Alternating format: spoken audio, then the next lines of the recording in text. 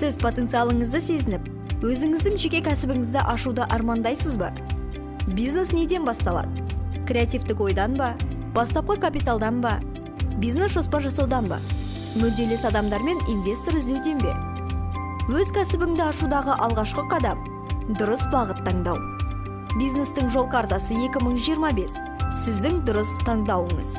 Кәсіпкерлерге қызмет көрсету орталықтарының мамандары барлық сұрақтарыңызға жауап беріп, кәсібіңізді ашуға нақты көмек көрсетеді.